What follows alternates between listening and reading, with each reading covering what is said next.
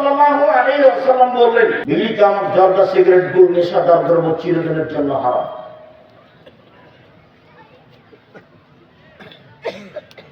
রাসূল সাল্লাল্লাহু আলাইহি ওয়াসাল্লাম বললেন, আমার উম্মতের উপরে তিনটা বিপদ নেমে আসবে তিনটা পাপের কারণে।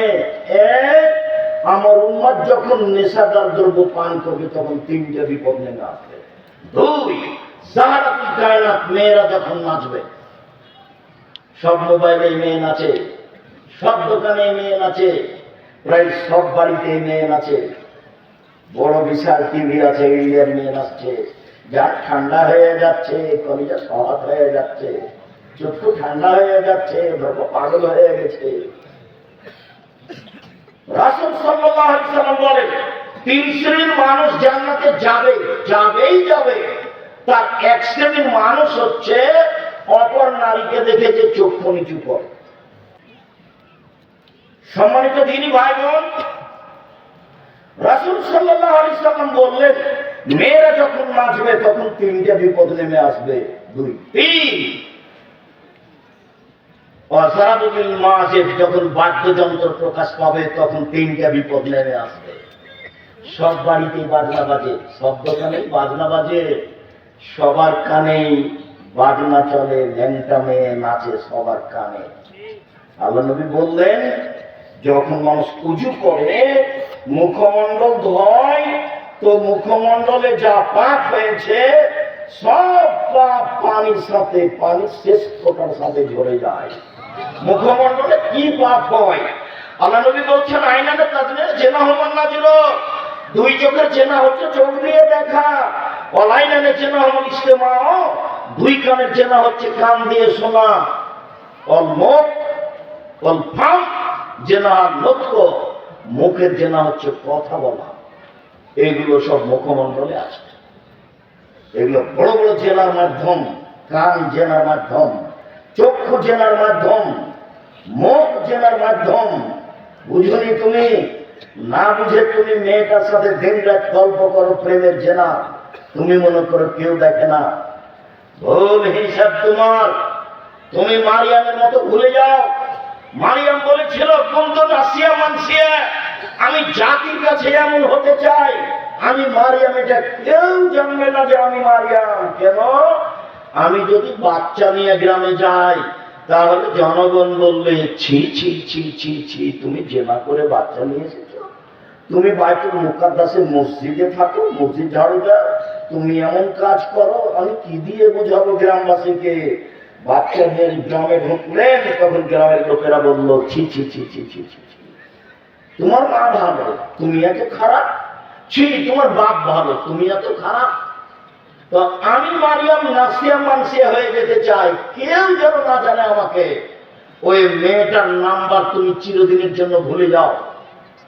মেয়েটা যে কে এটা তুমি ভবিষ্যতেও মনে রাখবা না, কোনদিন মনে রাখবা না, নইলে ও তোমাকে ধ্বংস করবে, তোমার বাপকে ধ্বংস করবে, তোমার বংশকে ধ্বংস করবে, তোমার জাতিকে করবে। তুমি সেখান থেকে ফিরে আসো, 1 মিনিট তোমাকে এখানে বাস্তব দেখায়। জুলাইখায় দরজা বন্ধ করেছিল সব, জুলাইখার সব দরজা বন্ধ করে বলেছিল ইউসুফকে, হাই তালাক, এইসব তুমি আমার সাথে জেনায় যুক্ত হও। তখন এইসব বলেছিলেন, মাআযাল্লাহ, আমি আল্লাহর কাছে আশ্রয় চাচ্ছি। বলো কি তুমি? আরে তোমার স্বামী আমার মালিক, আমাকে ভালো থাকতে দিয়েছেন, আমাকে ভালো খেতে দিয়েছেন, আমি এই অন্যায় কেমনে করি? তোমার স্বামী আমার মালিক জুলাইখা, তোমার স্বামী আমার মালিক, আমাকে ভালো থাকতে দিয়েছেন, ভালো খেতে দিয়েছেন, আমি ওই অন্যায় কেমনে করতে পারি? মাআযাল্লাহ, আমি আল্লাহর কাছে আশ্রয় চাচ্ছি। এই বলে তিনি দিলেন দৌড়। তখন দরজা খুলে বের হয়েছেন, এটা বোঝা যায়। তিনি যখন শেষ দরজা বের হয়েছেন, পিছনে আছে জুলাইখা, সামনে পড়ে গেল জুলাইখার স্বামী, এক জায়গায় 3 জন। জুলাইখার স্বামী জুলাইখা, ইউসুফ আলাইহিস সালাম। সামনে পড়তে জুলাইখা বললে, দেখেন কথা উঠিয়ে দিচ্ছে। জুলাইখা বলল, এই দেখেন, আপনি যাকে বাড়িতে রেখেছেন সে আপনার স্ত্রীর সাথে জেনা করতে চায়। এত খারাপ মানুষ আপনি বাড়িতে রাখেন, এই কি শাস্তি হতে পারে? আরে আপনি কি শাস্তি উল্লেখ করবেন? আমি জুলাইখা বলছি, একে যথাযথ পিটন দিতে হবে, নইলে জেলখানায় বন্দি করতে হবে। 12 বছর জেল হলো। 12 বছর পরে সরকারের পক্ষ থেকে এইসবকে ডেকে পাঠানো হলো। এইসব বললেন জি না, আমি জেল থেকে বের হব না যতক্ষণ পর্যন্ত জুলাইখা জাতির সামনে ঘোষণা না দিবে আমি জুলাইখা অন্যায় করেছি, এইসব করেনি, এই ঘোষণার পূর্ব পর্যন্ত আমি সব জেল থেকে বের হব না। আমাদের নবী মুহাম্মদ সাল্লাল্লাহু আলাইহি ওয়াসাল্লাম বললেন, আমার চেয়ে ইউসুফের অনেক ধৈর্য বেশি, আমার চেয়ে ইউসুফের অনেক ধৈর্য বেশি।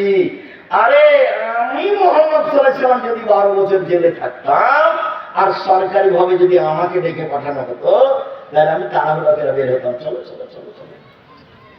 আমাদের নবী মুহাম্মদ সাল্লাল্লাহু আলাইহি ওয়াসাল্লাম বলছেন যে আমার চেয়ে ধৈর্যশীল কে? ইউসুফ আলাইহিস সালাম।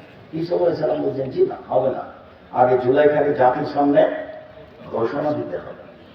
জুলাইখা ঠিকই 12 বছর পরে জাতির সামনে ঘোষণা দিল, আমি অন্যায় করেছি, ইউসুফ অন্যায় করেনি। এই যে দেখছেন না, নারী হলো 3 জানের বড়ি, নারী হলো 3 জানের বড়ি। গোপন কথা বলা হবে না, সাথে সাথে তার ফাঁদে পড়া হবে না, তার ফাঁদে পড়লে সব কিছু হারিয়ে যাবে। শুনুন, রাসূল সাল্লাল্লাহু আলাইহি ওয়াসাল্লাম বলেন, 3টা পাপের কারণে আমার উম্মতের উপরে গজব নেমে আসবে। 1, যখন তারা নেশাদার দ্রব্য পান করবে। 2, মেয়েরা যখন নাচবে। 3, যখন বাদ্যযন্ত্র প্রকাশ পাবে। সব দোকানে বাজনা বাজে, সব মোবাইলে বাজনা বাজে। তোমার মোবাইলে যেন আর কখনো কোনো মেয়ে না নাচে, চিরদিনের জন্য তুমি বন্ধ করো। চক্ষু ঠান্ডা করে জান্নাতের মেয়ে ভোগ করার হিসাব করো না। জান্নাতের মেয়ে ভোগ করা অত সহজ নয়, ওরা অত সাধারণ ভাবে নেই। আল্লাহ তাআলা বলছেন, ওরাকে আমি এমন ভাবে রেখেছি, জিন কোনোদিন তাদের স্পর্শ করেনি, মানুষ তাদের স্পর্শ করেনি। ওরাকে ঝিনুকের মধ্যে লুকানো আছে, যখন তাদেরকে বের করা হবে তখন মনে হবে যে এরা ঝিনুকের মধ্যে লুকানো মুক্তা। তাদের কোনোদিন পেশাব হবে না, তাদের কোনোদিন পায়খানা হবে না, তাদের কোনোদিন হাইজ হবে না, তাদের রূপ চেহারা ভিন্ন ধরনের হবে। 16-18 বছর মেয়েরা যেমন হয়, জান্নাতের মেয়েরা তেমন হবে, তার চেয়ে 1000 গুণ সুন্দরী। চক্ষু হবে টানা টানা, লম্বা লম্বা, আর মাথার চুল হবে কপড়া কপড়া। সুন্দরী হওয়ার জন্য যা কিছু লাগে সব কিছু তাদের মাঝে আছে।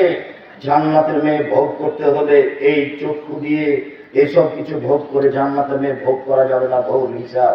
এখানে আর একটা কথা থেকে গেল, আল্লাহ নবী বলছেন, সালাসাতুন লা ইয়াদখুলুল জান্নাহ আবাদা, 3 শ্রেণীর মানুষ জান্নাতে যাবে না, কখনো যাবে না। 3 শ্রেণীর মানুষ জান্নাতে যাবে না, কখনো যাবে না। 1, দায়ুস, যার ছেলে নেই, স্ত্রী পর্দায় থাকে না। গ্রামের সবাই নাকি চাচা, গ্রামের সবাই নাকি বড় ভাই, সবাই নাকি ছোট ভাই, ধর্ম এভাবে আছে। তাহলে তো বিবাহের মতো হয়ে গেল। থোবড়া খাওয়াচ্ছে, তখন ওই লোকটার সামনে মেয়েটা বসে আছে, এটা তো চাপাই না বলবো, তো মেয়েটা বসে আছে আর ওই লোকটা তার মুখে ক্ষীর তুলে দিচ্ছে। কত নোংরা নীতি বিবাহে! ছি ছি ছি ছি ছি। বইয়ের মুখে ক্ষীর তুলে দিতে হয়, বইয়ের মুখে দিতে হয়। ওকে বউ, ওই মেয়েটার বিবাহ হবে, তাই থোবড়া, তাই সবাই গ্রামে থোবড়া খাওয়াচ্ছে। আর মহিলাগুলো গীত বলছে আর বলছে টাকা দিলে মুখ খুলবো। থোবড়া চিরদিনের জন্য হারাম। থোবড়া শব্দর মুখের উপরে পেশাব করে দিতে হবে। নেই। 20 বছর পরে কেউ যদি বলে থোবড়া, তাহলে আর কেউ বলবে কি গো, থোবড়া কি জিনিস গো? আচ্ছা, থোবড়া শব্দ ভিতরে ডিকশনারিতে দেখতে হবে নাকি? এমন হতে হবে যেমন ডুলি বিবি শব্দ চিরদিনের জন্য হারাম। ডুলি বিবি শব্দ একবারে ভুলে যেতে হবে, ডুলি বিবি কোনো শব্দই নেই। বিবাহে গিয়ে মাঝা খরচ দিতে হবে, এটা হারাম। বিবাহে ছেলের পক্ষ থেকে মেয়ের পক্ষ থেকে যা গেছে আপনার ওই ইয়েতে গরম ভাতে ক্ষীর কাছিতে ছেলের পক্ষ থেকে তার ডবল যাবে, এই নীতি হারাম। মেয়ের বাপকে সবকিছু বেশি দিতে হবে, এই নীতি হারাম। বড় মেয়েদের গীত গাওয়া এই নীতি হারাম, বউ দেখতে যে টাকা দেওয়া এই নীতি হারাম। চাঁপাইনবাবগঞ্জের বিবাহের শুরু থেকে শেষ পর্যন্ত একটা কাজ যায় যে কথা আমার জানা নেই, শুরু থেকে শেষ পর্যন্ত সবই হারাম। একটা কাজ যায় আমি এই জেলার মানুষ হিসেবে আমার জানা নেই। যদিও এরা একটা কাজ মনে করে যে উকিল বাপ লাগে, উকিল বাপ লাগে। তো রংপুর, দিনাজপুর, লালমনিরহাট, নীলফামারী, কুড়িগ্রাম, পঞ্চগড়, ঠাকুরগাঁও এইসব ডিস্ট্রিক্টের মানুষ মনে করে যে উকিল বাপ ধরাই লাগবে, আর চট্টগ্রামের লোক মনে করে যে উকিল বাপই হলো বাপ। আজ থেকে ওই হলো বাপ, ওই মেয়ের বাড়ি যাবে, ও আসবে, এ ওর বাপ ঘোষণা হয়ে যাবে, যাবে আসবে, যাবে আসবে, মরা পর্যন্ত হলো বাপ আর হলো বেটি। কেমন কথা, এই কোন ধরনের নোংরা নীতি? বিবাহের জন্য 4 জন সাক্ষী লাগে না 2 জন লাগে? 4 জন নয়, খাতাতে নিয়ম লিখা আছে এটা হারাম। 2 জন সাক্ষী পক্ষে নয়। একটা বিবাহ জায়েজ হওয়ার জন্য কয়টা সাক্ষী? 2 জন। বাস, কোর্টের বিবাহ বাতিল। কোর্টে যদি বিবাহ হয় আর মেয়ে যদি 10 ছেলে হয়ে যায় তো 10টাই হারাম। 10 ছেলের মায়ের বিবাহ পড়াতে হবে। কাকে দিয়ে পড়াতে হবে? ওর বাপকে। ওর বাপ মারা গেছে, তোর ভাই, ওর বড় ভাই মারা গেছে, ছোটরাও মারা গেছে। কে আছে? যেগুলো ছেলে জন্ম নিয়েছে সেগুলো আছে, ওর মা বিবাহ করায়।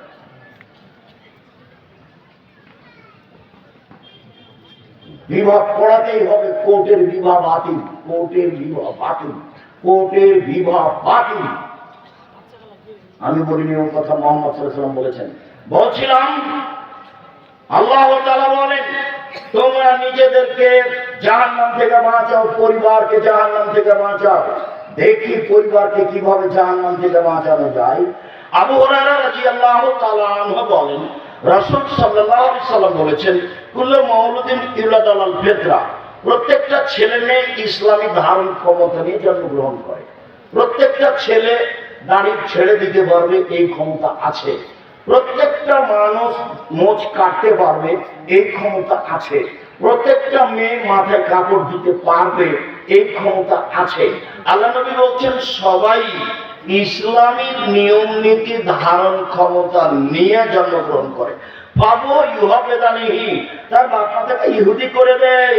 ইমাজ্জেশানিহি, তার বাপ মাতাকে আগুন পুজো করে দেয়। ইনাসরানিহি, তার বাপ মাতাকে খ্রিস্টান করে দেয়।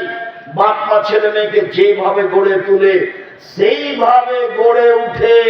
চাঁপাইনবাবগঞ্জের ভাষাতে সঙ্গ দোষে লোহা ভাসে, এটাই হলো বুখারী মুসলিমের হাদিসের তরজমা। সঙ্গ দোষে লোহা ভাসে। এবার তুমি বলো, মেয়েটা ক্লাস 10-এ পড়ে, তার মাথায় কাপড় নেই, এই নেই, এই কাজটা কে করেছে? আমি বলছি ওটা মা নয়, ওটা সৎ মা। মা বলবে মাথায় কাপড় নিতে পারে না, কোথায় যাচ্ছে?